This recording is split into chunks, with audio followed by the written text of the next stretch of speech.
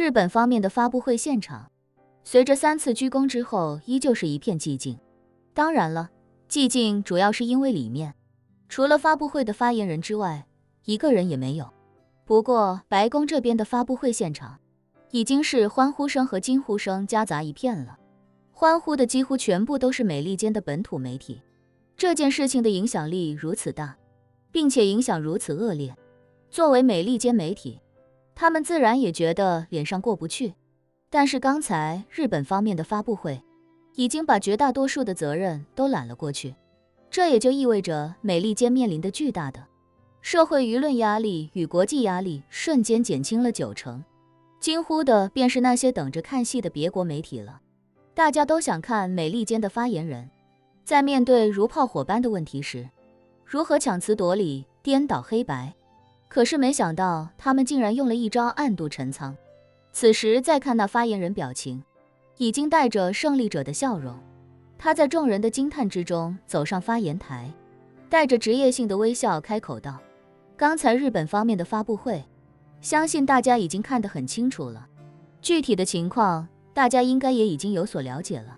那么接下来将进入到我们本次发布会的环节。鉴于刚才日本方面的发言人已经把事情讲得很清楚了，所以我们就略过发布的环节，直接进入提问环节吧。台下的记者们纷纷举起手来，发言人在下面扫视一圈，故意选了一个俄国记者，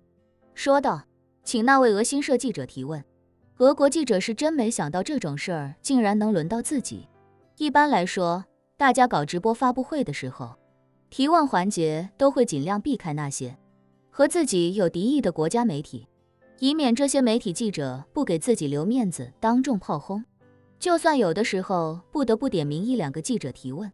也都是放在很靠后的环节，而且给的时间也都很短，关注度自然也就不高了。可现在今晚这么大的事件，他们竟然把发布会提问环节的第1个名额给了俄国记者，简直是有些丧心病狂。俄国记者在惊讶与惊喜的情况下，立刻调整好自己的心态，拿着麦克风开口问道：发言人小姐，如果我没记错的话，南极条约约定了任何国家不得以任何理由向南极派兵。虽然刚才日本方面的发言人已经说明了具体情况，但我觉得这也不是美利坚出兵南极的合理理由。随便2个国家串通起来，搞上这么一出闹剧，起步就可以光明正大的出兵南极了。而且这件事情明明可以向联合国先报告具体情况，再由联合国来决定是否由某一个国家或者联合国派出联合部队前往解决。可美利坚和日本却绕过了联合国，擅自决定秘密出兵，性质是不是有些太恶劣了？俄国记者觉得自己这个提问是滴水不漏的，而且对方也没有任何可以直接反驳的理由，因为毕竟你们之间发生了，任何事情是你们之间的事情，你出兵南极就是不对。发言人丝毫不慌张地开口说道：这位俄国记者朋友刚才应该也听到日本方面解释了具体情况，他们发现大量的燃油从破冰船里消失了，我们有理由怀疑把这些燃油用在了哪些勘探设备上，也有理由怀疑叛国的日本科考队员把燃油拿去搞了环境破坏，更何况没有人知道他们究竟在搞什么样的勘探，万一是恐怖主义行为呢？一旦介入不及时，产生极端恶劣的后果，那么该由谁来向南极负责，向全世界人民负责呢？俄国记者没想到对方竟然如此自我标榜，立刻不满地说道：你这种解释未免太过牵强，我不相信一群科考队员会做出什么危害南极、危害人类的事情。发言人冷哼道：那是因为你们根本就不具备一线反恐战争的经验与教训。想一想911，在事发之前，谁会想到几名乘客竟然会密谋如此骇人听闻的恐怖事件？如果在那之前我们加强了对所有乘机人员的安全检查，你们是不是也要控告我们侵犯人权？俄国记者一下被问住了，只能硬着头皮说：你这是在混淆概念。发言人摇头道：美利坚深耕反恐已经很多年了，借用我们大统领的说法，没有人比我们更懂反恐，也没有人比我们更懂恐怖分子，所以我们绝对不能等到事态发生之后，再去反思我们忽略了那些地方。我们要从源头就尽可能的杜绝一切风险。华夏有句古话叫防患于未然，我对这句话透露出来的哲理非常赞同。所以在那种非常仓促的情况下，我们根本没有足够的时间去向联合国请示，再经由联合国投票，正常情况下，整个流程至少会耗费48个小时以上，而且谁也不保证48小时之后联合国就一定能通过。万一像你们国家在投票的过程中行使一票否决权呢？形势岂不是又要被拖慢很久？俄国记者不满地站起身来，说：“我觉得你这种猜测是对我们的冒犯。”发言人摇头道：“我没有针对任何人和任何国家，我只是说，一旦这件事情并没有立刻拍板、立刻行动，就有无数种可能会被延缓甚至取消。万一那些叛国者在南极做出不可饶恕的事情，造成了不可逆转的损失，损失不是南极的，而是全人类的。”说到这里，他叹了口气，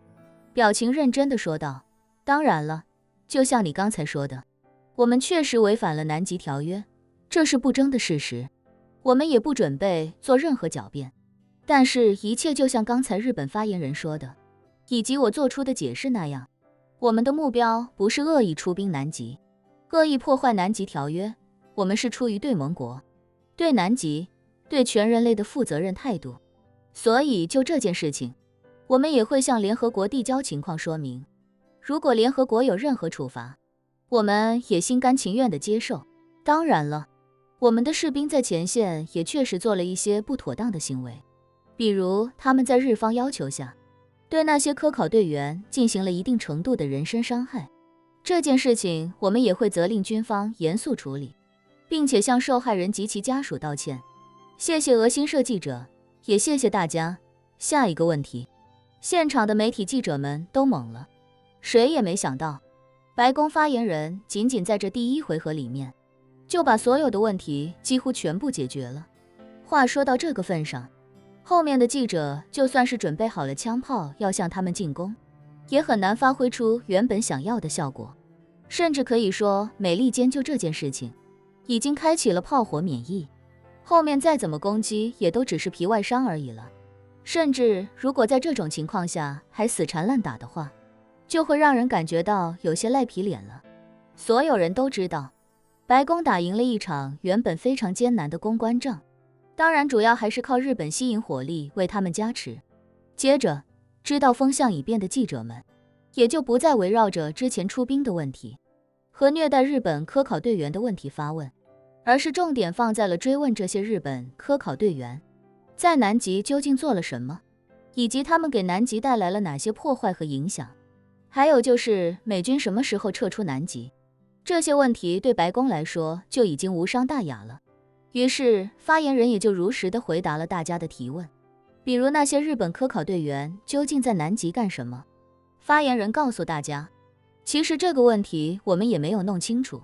因为一切的行为都很怪异。这些人在勘探南极冰盖，但是冰盖下面有什么大家都很清楚，无非就是南极大陆原本的岩石，很难有什么新鲜的结果。我们也会和日本方面一起继续深入调查，一旦有什么新的发现，我们也会第一时间召开发布会，公告全世界。至于对南极的破坏，白宫发言人说，破坏这件事情，我们目前还没有一个非常具体的数据，但我们知道的是他们已经大规模的在南极进行了长达1个多月的秘密勘探，那么勘探的范围已经非常大了，所以如果我们要去定损的话，可能也需要慢慢的去复原他们整个勘探的过程，并且在这个过程中去发现问题。跟刚才一样，一旦有任何结果，我们也会第一时间公布的。说到这里，白宫发言人又道，至于撤兵的问题，这一点我可以给大家一个非常明确的回复，我们已经在整理人员和装备了，一定会在24小时之内完成人员和装备的相关整备，并离开南极大陆。我们不会在南极留一兵一弹，请大家放心。